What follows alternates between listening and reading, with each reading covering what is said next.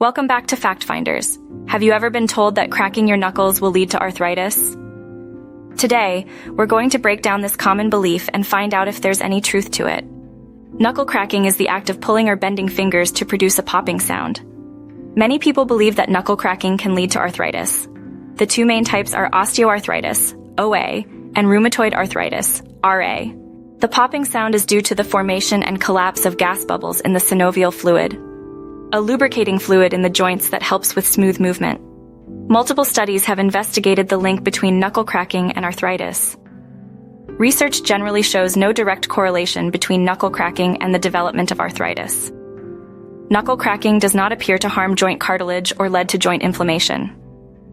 Knuckle cracking is not typically associated with pain or discomfort. While knuckle cracking doesn't cause arthritis, excessive or aggressive cracking could potentially lead to other joint issues such as ligament injuries or dislocation in rare cases.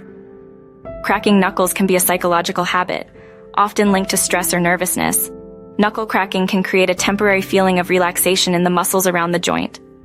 Genetics play a more significant role in arthritis development than knuckle cracking. Inflammation in arthritis is due to factors unrelated to joint movements like knuckle cracking. Cracking your knuckles does not cause arthritis.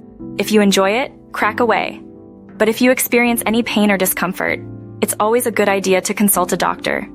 Thanks for watching. If you found this video helpful,